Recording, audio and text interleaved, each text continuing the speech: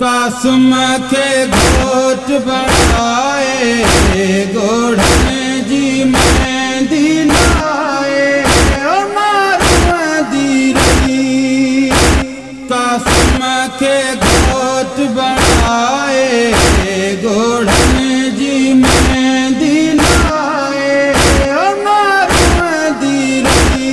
बन रेखे बाबे सनवारी अज सुहणी बदलाए दी।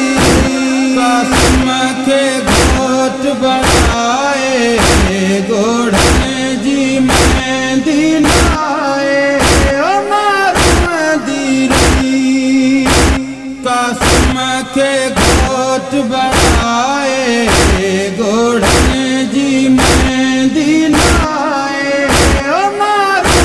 दी रही। जह घर में शादी थी दिया सहरा पढ़ बाहन खुशियन जा।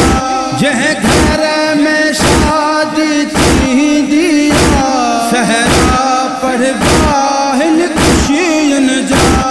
आहे पहरी शादी कासम जी कुलदानन के सदराए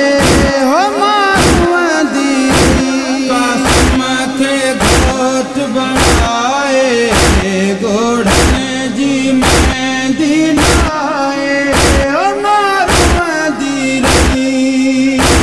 कासम के घोट बढ़ाए गोढ़न जी मेहंदी लाए दी रही।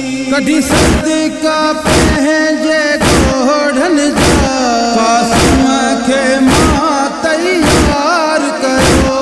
कभी सदका पहजे गोढ़न जा कासम के माँ तैयार करो। सोहने पुट खेला अनवारी सोहनी पोशाक बनाए दी। कासम के घोट बढ़ाए गोढ़न जी मेहंदी लाए दी रही।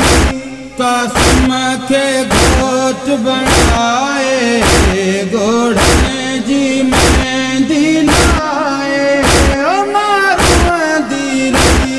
हर माँ दुआऊं घुर दिया पंहिंजे बचड़े जो लाद ॾिसां।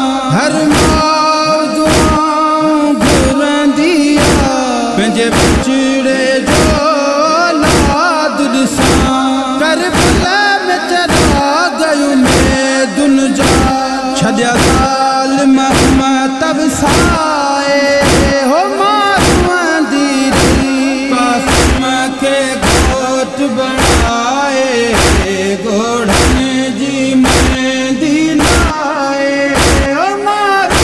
दी रही। कासम के घोट बढ़ाए गोढ़न जी मेहंदी लाए दी रही।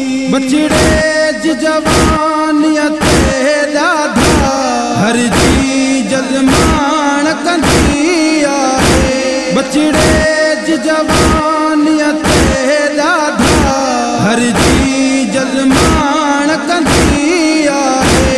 नेजन सां बेवा उमड़ीअ जा छॾिया ज़ालिम माण मुकाए दी रही।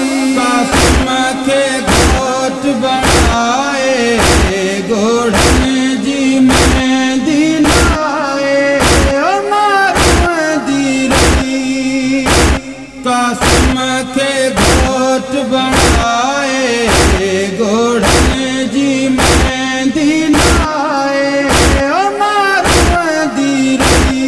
बन रेखे बाबे सनवारी अज सुहणी बदलाए दी रही। कासम के घोट बढ़ाए गोढ़न जी मेहंदी लाए दी रही।